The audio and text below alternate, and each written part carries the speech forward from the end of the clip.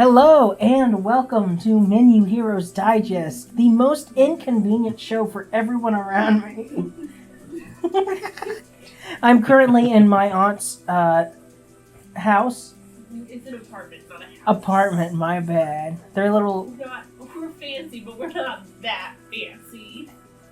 Anyway, I'm your host, Steven, and this... Who am I? You sure you want to know? No. My story is not for the faint of heart. I would go longer, but I know we're short on time. So, anyway, Spider-Man quote.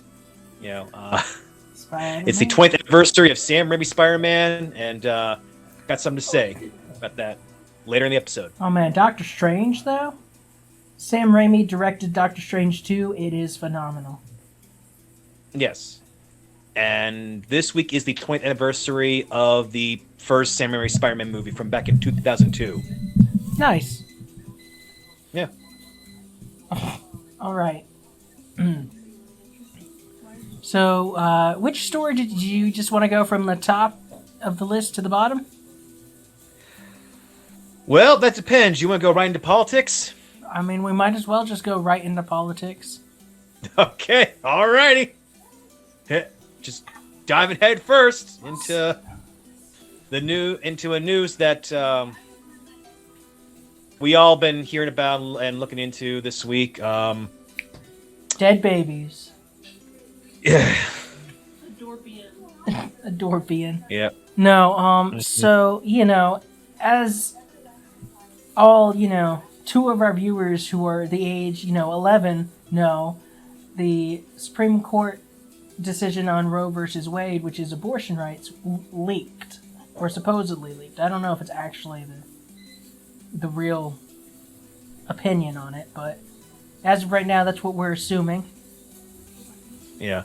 And basically, it said that it's not protected.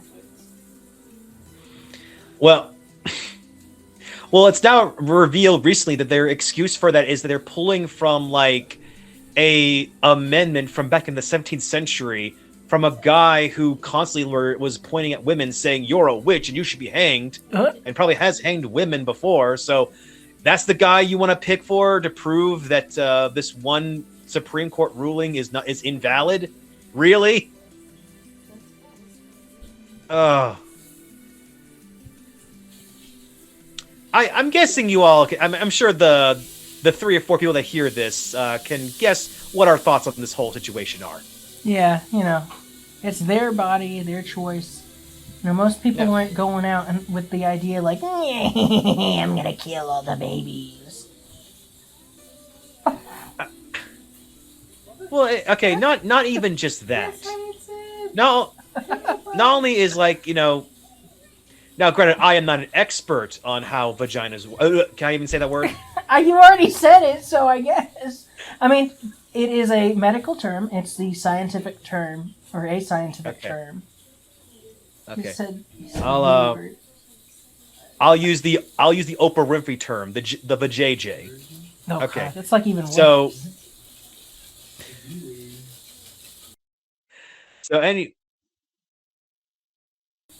Anyway,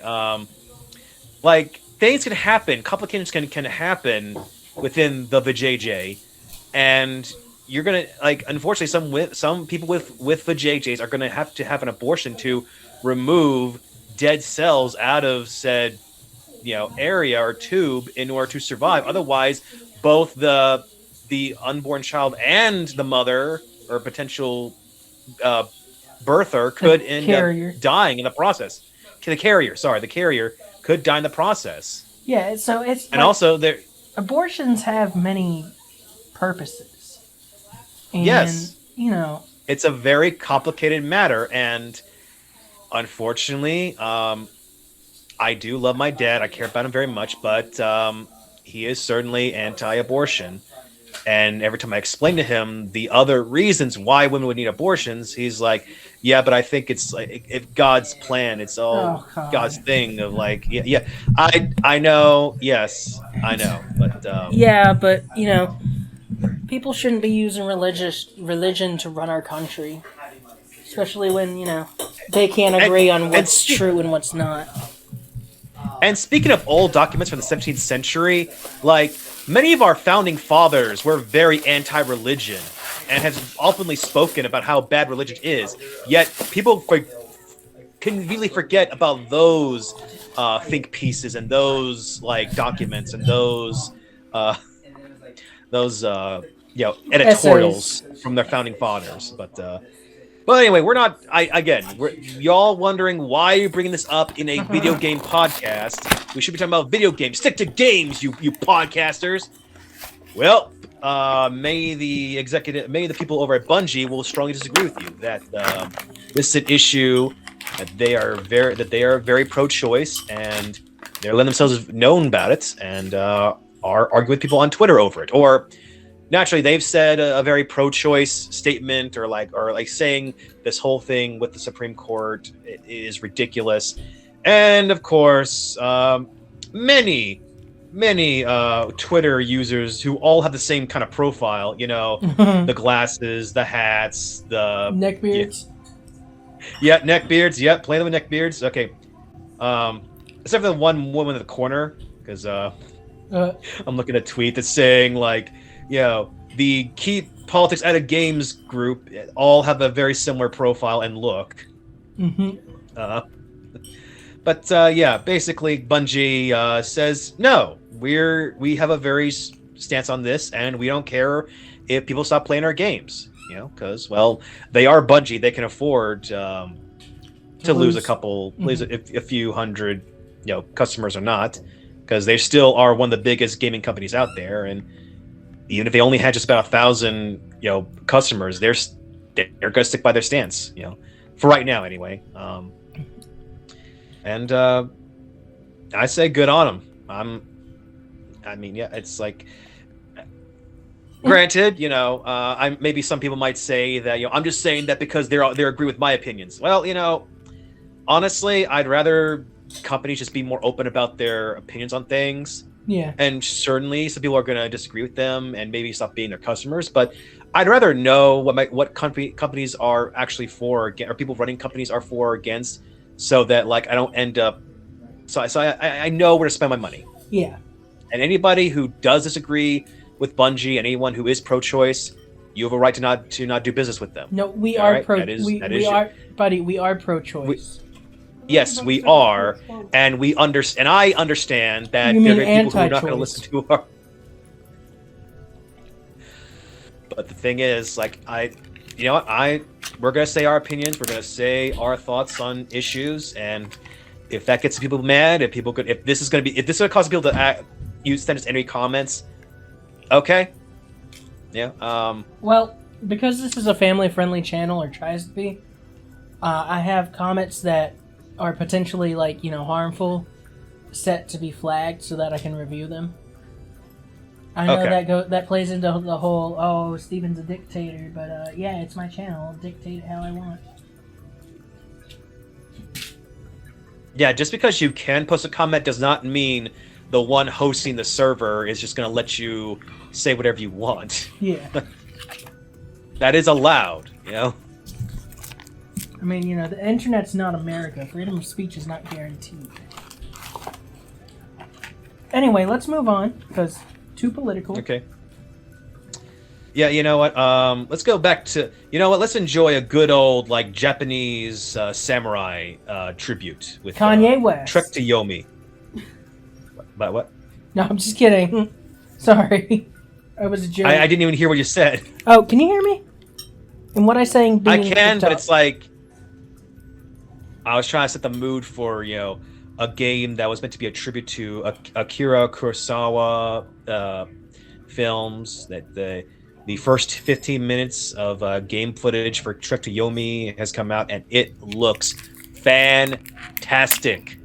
You know me. I love me some ninjas, some samurai, some Japanese culture, because I'm a weeb. Yeah, but right here, this black and white side-scrolling stuff with film grain and everything, and great cinematography. I'm all for this.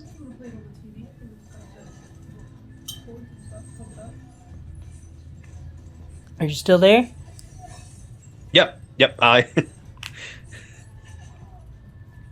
was gonna say you seem like you're a movie buff, so games that are heavily inspired by movie genres, you always have seemed to be like, I'm excited for this. I won't lie. I've had more experience with looking behind the scenes of like not just watching movies, but also looking at the behind the scenes of movies.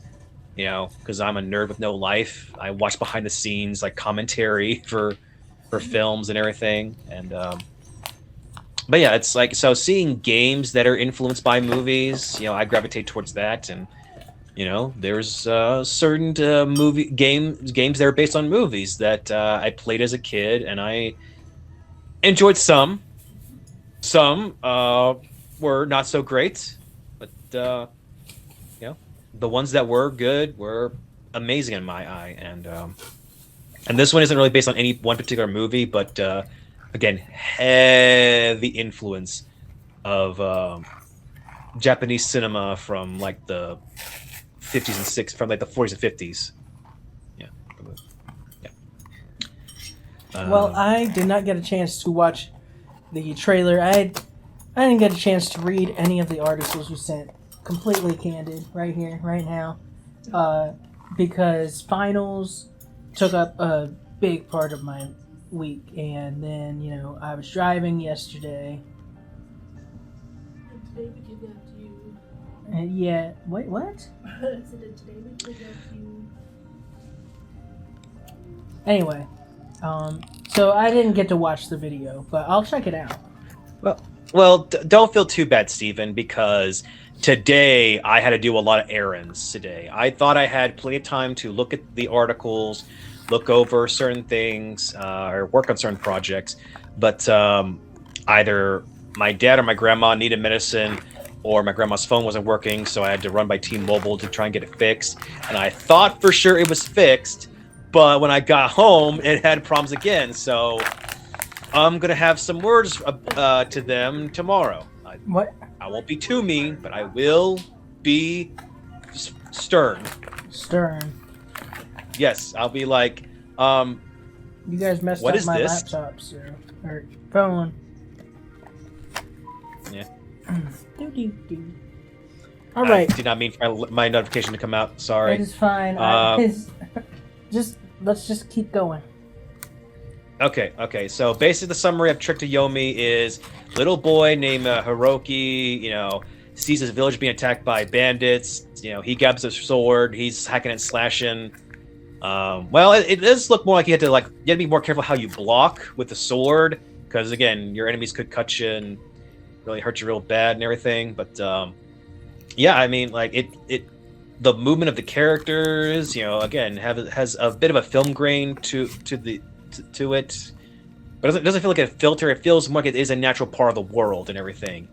So again, it is in the vein of a side scroller, but it feels like it has a solid budget to it that I'm sure a lot of care and love went into it. This game, and I know there are plenty of games I say I'm gonna get soon. I'm gonna try and grab and play and get involved, but like this is high on the list of things I want to play. Yeah, I will definitely check it out. I'm not sure on the channel because from what I've seen, there is blood. Give me just a moment. It's okay. HDMI? Didn't you bring an HDMI cord? Sorry, Kim needed an HDMI, so she rudely interrupted the show. No. Horrible person. Yeah. You are fine, Kim. You are a-okay. We're just teasing. We love guests here on Menu Heroes. Oh yeah, we do love guests on our channel. I remember when we did the Mario Kart 64. That was fun. Yeah. All right, so let's talk about Eidos. Eidos? Eldos. I think it was IDOS. Is how I said it. Yep. So. IDOS, Crystal Dynamics, and whatever Square Enix is selling. Square Enix Montreal. Yep.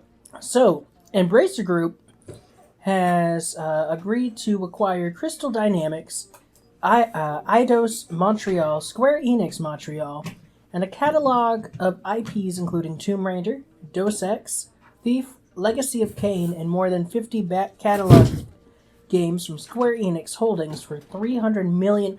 Will you leave me alone, ma'am? $300 million. Sorry, the dog's begging me for my food.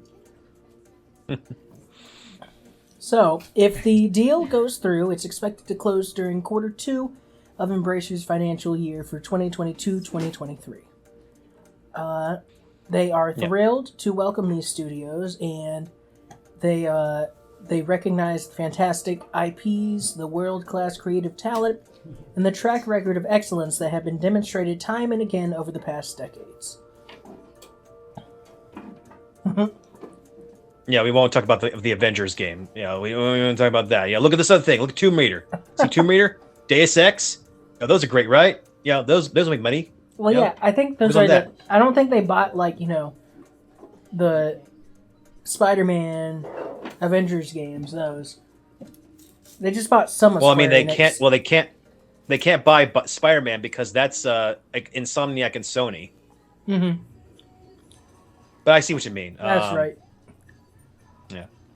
Well, like Embracer Group was a company I didn't know a whole lot about, but they've acquired a lot of other companies like 3D Realms and Gearbox Software and THQ Nordic and Ghost Ship Games. Those themselves were pretty big brands and IPs, or they had the fair share of big IPs already in their catalog. And also Dark Horse Comics. I was like, oh wow, yeah, I haven't heard of them in years.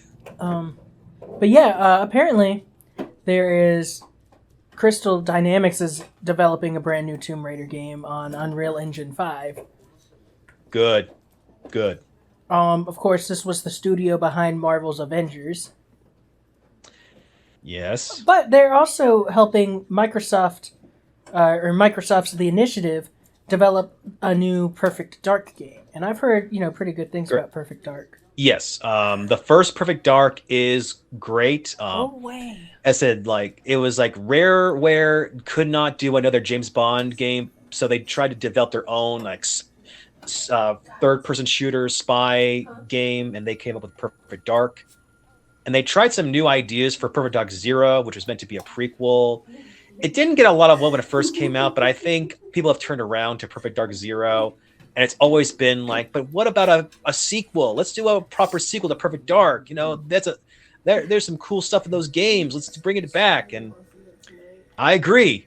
Plenty of properties by Rare are awesome and amazing. Banjo-Kazooie being one of them. I'd love to see them come back. You know what was cool? So there was, for the N64 version of Perfect Dark, they were originally going to have a feature where you would connect the Game Boy camera to the N64 controller through a series of adapters, and you could actually take a picture of yourself and place it onto the face of your character. But they scrapped that. I mean, there are so many ways that could go wrong. Yes. And while I have no problem with my face being on the body of a hot sci-fi girl or sci-fi spy girl, yes, I know you don't have a problem. I'm sure there's other people that would have had a problem with that, or would have had issues with that. Not me, of course. Not you, of course. But yeah, I just thought that was an interesting thing to throw out there because I was reading about the Game Boy camera the other day because I got bored. I've heard boredom's actually good for you. Helps you find some new things to motivate you. So, we were adding on to that Embracer group. Square Enix, while they're selling a lot of assets to Embracer, they are keeping some of their Western-developed IPs. Yeah. These include... Life is Strange. Life is Strange, Just Cause, and Outriders. Yep. They're not keeping Final Fantasy? I guess Final Fantasy Well, I mean, was... that Final Fantasy is Japanese. That's the Japanese section of Square Enix. Yeah, that's true. That they're not letting go of. That is one of their big money makers. They'd be a fool to let go of Final Fantasy. Oh yeah, absolutely. Oh God! Somebody made a joke in the comments. Why do they keep holding on to these IPs? Just cause. I'm not gonna lie. I thought that was funny. You know the one property I wish they'd let go of? What? Sleeping Dogs. Why? Well, because like the game had a lot of potential. Like it was never going to compete with Grand Theft Auto, but it was still a really good pretty much like a shoot 'em up, crime, drama Crime game and simulator. everything that had a cool story that could have gone somewhere, could have been a franchise, but Square Enix just were like, yeah, but it's not making us like GTA money, so screw it. We're just gonna... No, they tried making like a mobile game version of Sleeping Dogs that nobody cared about. Again, you did your research on the Game Boy camera. I did I watched the episode of What Happened about Sleeping Dogs, and it just kind of frustrates me that the story and the plot was really good of the first game, and Square Enix was just like, this is not making as much money as we wanted, so we're just gonna make this like some weird mobile online game, and we're gonna kill it in a couple months later. So whatever. And if that's how you're gonna treat a game with a really good story and interesting with such cool characters, like, then fine. Let somebody else have it. Let that franchise go. So it actually can be a franchise, or we can get a cool sequel. Yeah, I do agree with that. If you're not going to do something with it, and you can make money from it, then sell it. Let somebody else. Yeah, you hear that? You hear that, Konami? You can do it. You can sell your properties. Please. If you're going to do nothing with Silent Hill or Castlevania, give it to somebody else. Please. All right, let's talk about the Prince of Persia remake. God, you chose a lot of stories this. I wasn't sure. At first it seemed like there was going to be a whole lot of stories, then a whole lot came up around like freaking Wednesday or Tuesday or Wednesday, and I was like, okay, so we got a lot. All right, but I'll let you decide if. Okay, we're talking about Spider-Man. Okay. Yeah. Okay, so let's. But I'll let you drop. Persia. I'll let you drop one of the stories. Okay. We'll skip Prince of Persia because The Prince of Persia. I don't really care about it, to be honest. Let's not talk. I about... like the first Prince of Persia, but I felt like the sequels were not as good. So I would hope that they might do a remake of the first Prince of Persia, but then try and do a whole other thing with it, or do some other sequel that just branches. I'm okay with them making a new timeline. Okay. The game's about time travel. They can make a brand new timeline with a new Prince of Persia game if they ever want to. Just give me a good remake of the first one, and I'll be happy. And we'll save the Activision one for next week. Okay, yeah, we'll. Because we've already had heavy topics. We've already gone political at the beginning. We can save politics for another episode. Yeah. And so I am going to briefly mention a story that we didn't have, but it's related to the Reggie one.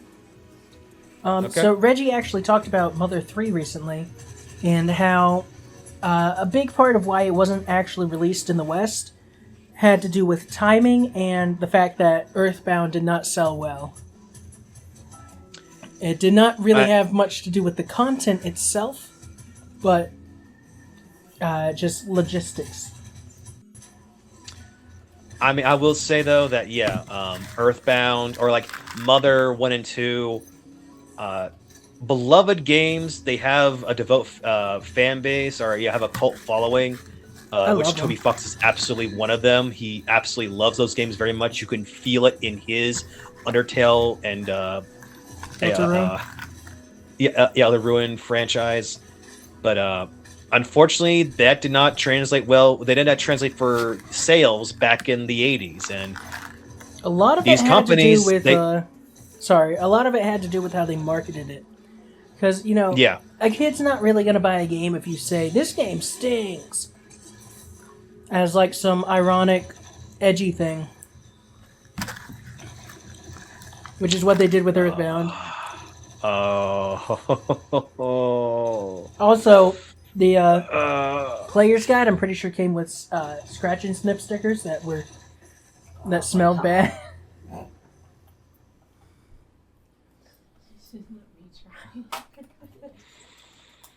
You know, I'm sure there are good reasons to use a time machine, but on the list of things I do with a time machine, I would slap the marketing team behind Earthbound in the 80s or 90s and be like, what are you doing? Do you actually want this game to sell bad? Because that part of your job you're doing well.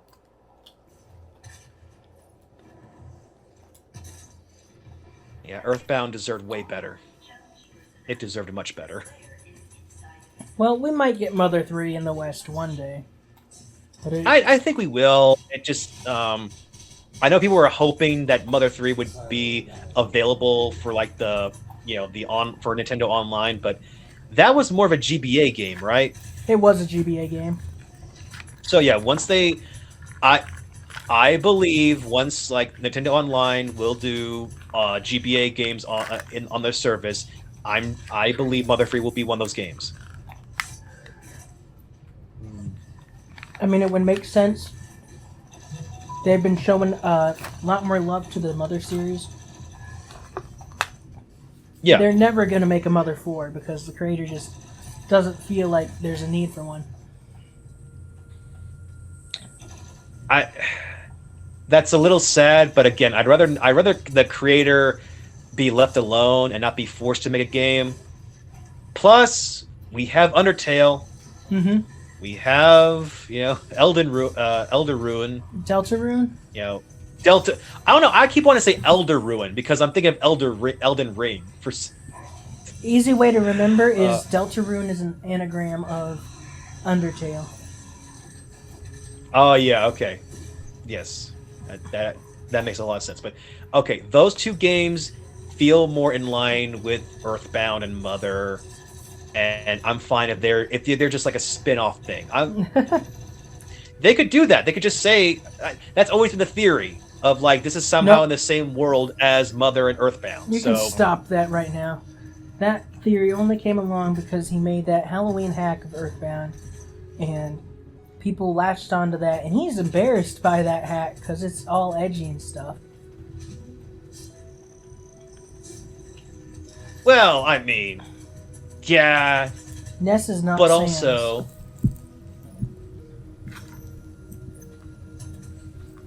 also, like I get what you're coming from, though. I get what. Yeah, just like go ahead. Why not? That's the closest thing you're ever going to get to Mother 4. Well, there was for a long, long time, fans were developing Mother 4, and we need to move on soon. But yeah, let's. Basically, it got stuck. It got stuck in development hell, which is funny because that was what happened with Mother 3. It was supposed to be a 64 game, and the 64 disk drive failed. So they were like, "Uh-oh, what are we gonna do?" So they put it on the Game Boy Advance.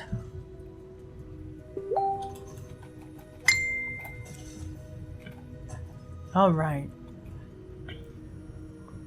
So, Kim, will you stop? Important. Anyway. I swear to God, it's important. It better be important. Anyway, Reggie... oh my God. Reggie Fils-Aimé was talking about... He was asked about how the company treats its employees. Because there has been recent complaints about Nintendo of America's work culture.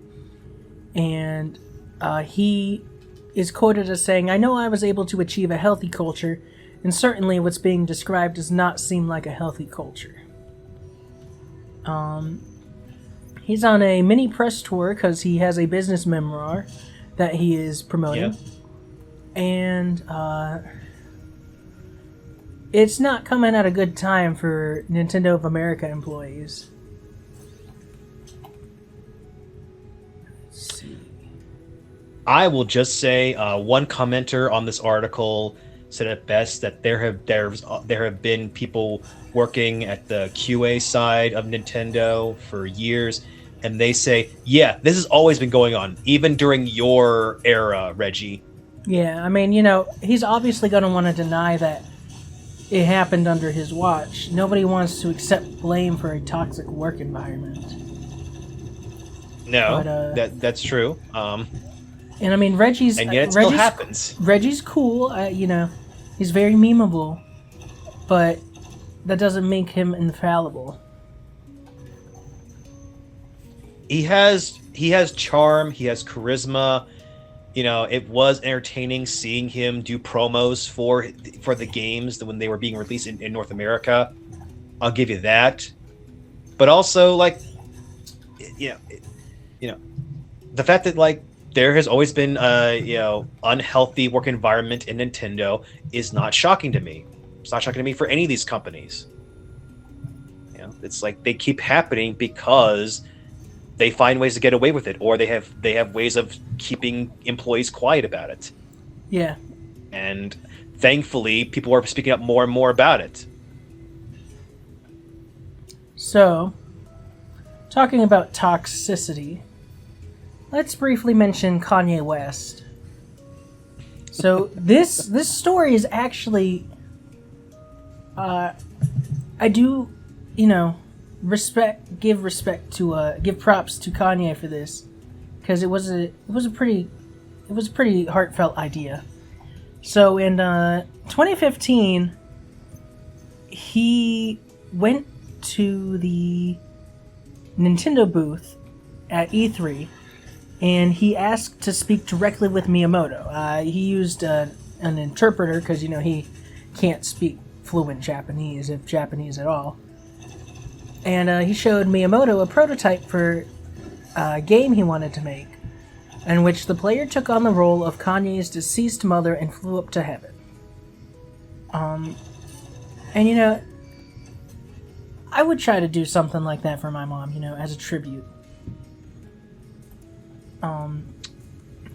And that the collaboration didn't happen, but Miyamoto did say he thought the game was very moving. While the game didn't take off, he did, find other ways to pay tribute to her. And I thought that was a pretty cute story, even if it's Kanye West. I mean, I will say this is not the craziest thing he's done. I still remember, like, what was it? Was it 2020 that? Okay, hold on. Oh, sorry. Was it 2020 where, like, Kanye West, like, created a hologram of, like, Kim Kardashian's dead father, and him saying, like, he loves her and how amazing her new husband is, Kanye is, and everything. Like, that to me was a massive WTF moment, and that's different than wanting to pay tribute to your dead mother. It's like, at the very least with this story. With this story, it's like Kanye is trying to celebrate the life of his mom and trying to tell a story about her flying up to heaven and going on adventures in his own way. That's him pictured to his mom. Not him creating a hologram of someone else's mom and saying how amazing he is for doing that. Like, Hey, hon, can you get me some water? is it really any wonder that Kim Kardashian like left him and divorced him? So this next story, I actually don't know if I want to cover it because it's kind of spoilery. Also, it's not really news. Well, the voice actor for Daruk from Breath of the Wild has confirmed that not only is he returning as Daruk, he is also voicing one of his ancestors.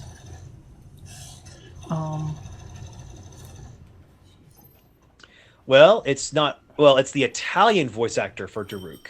Well, yeah, but We have to be more specific. the English voice actor is returning too and probably voicing an ancestor. Do you mean Descendant?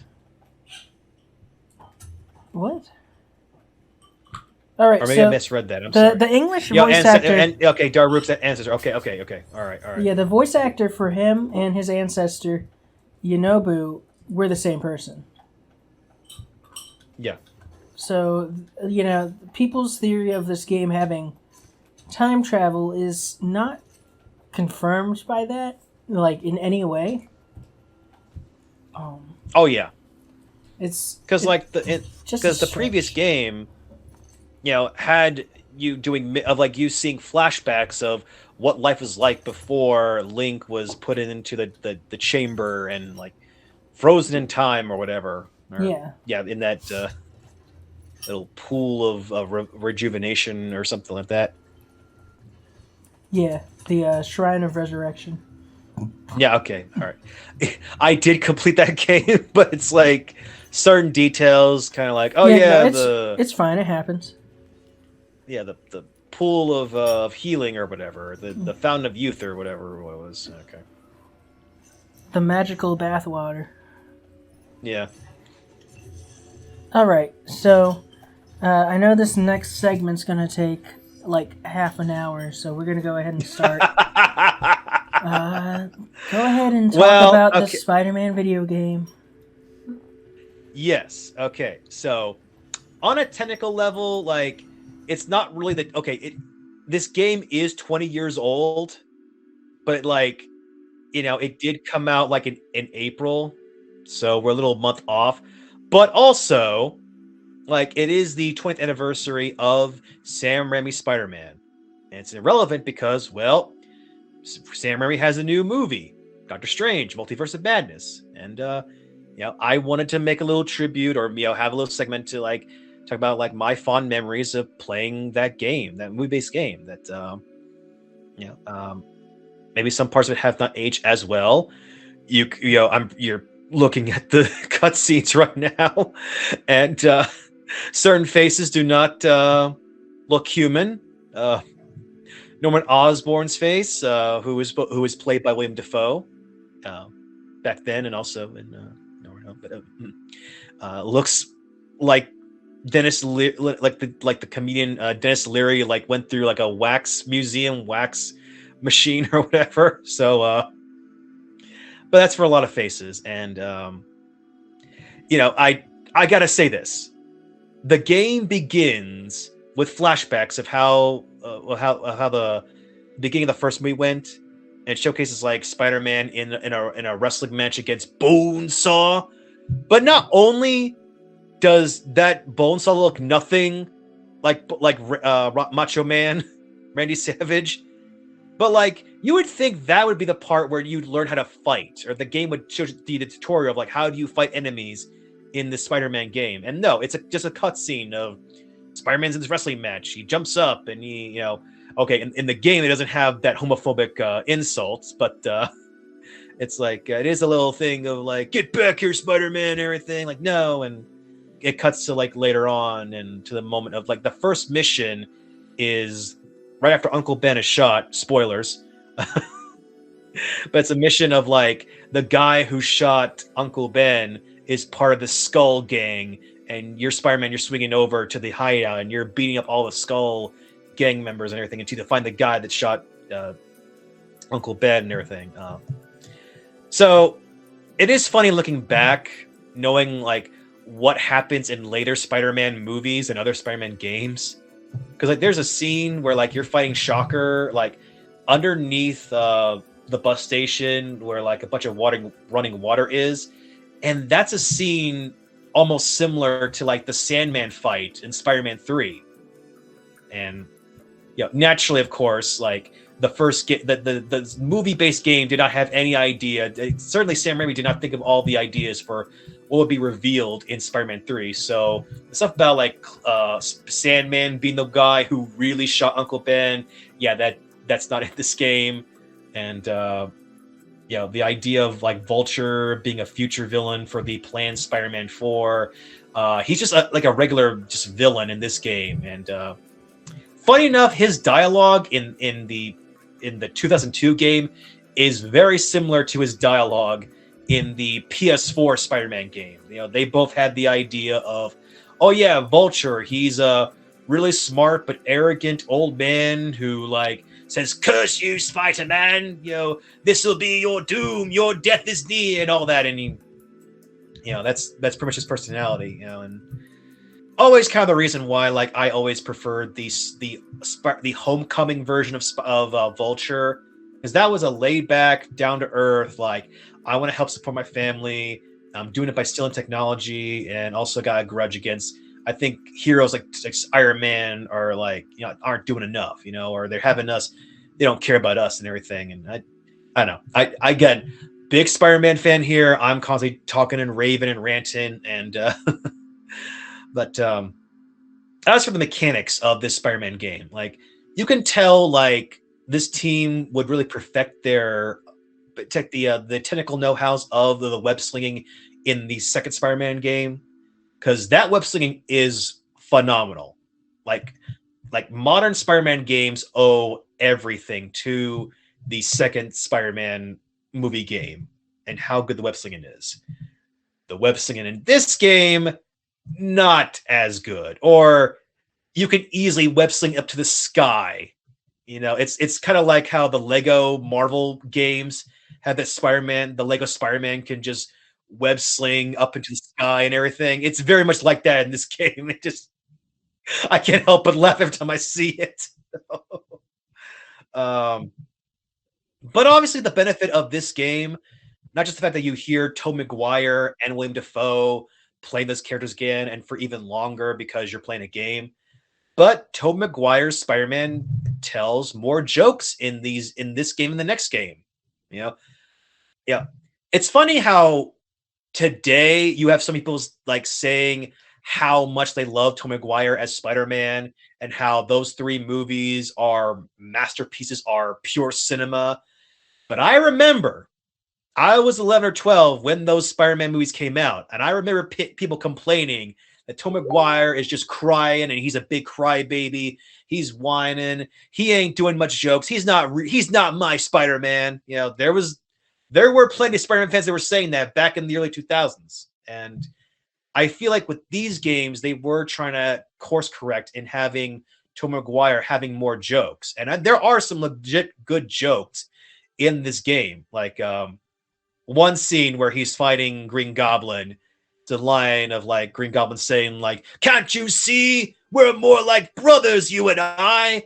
And like Spider-Man says, "Brothers, hey? Well, I'm telling Mom." And I legit laughed. I thought that was a good, funny line.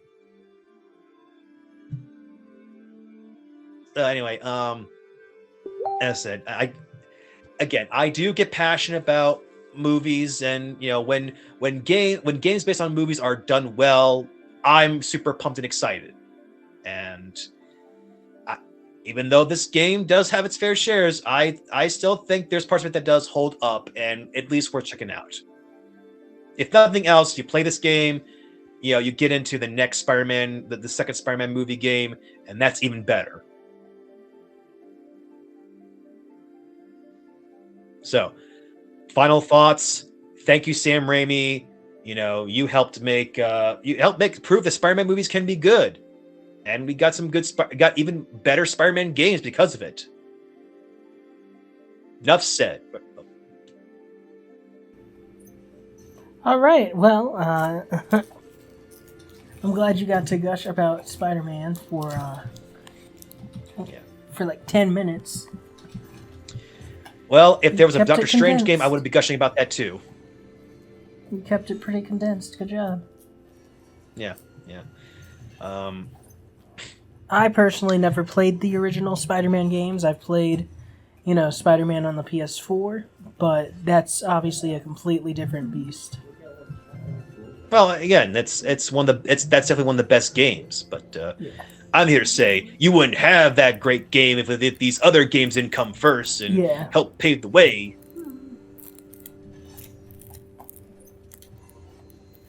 Well, I think that is all we have for you guys today. So, thank you for listening, and thank you for your patience as our video was delayed. And Happy Mother's Day. Yeah, Happy Mother's Day. And as always, stay cool. Excelsior!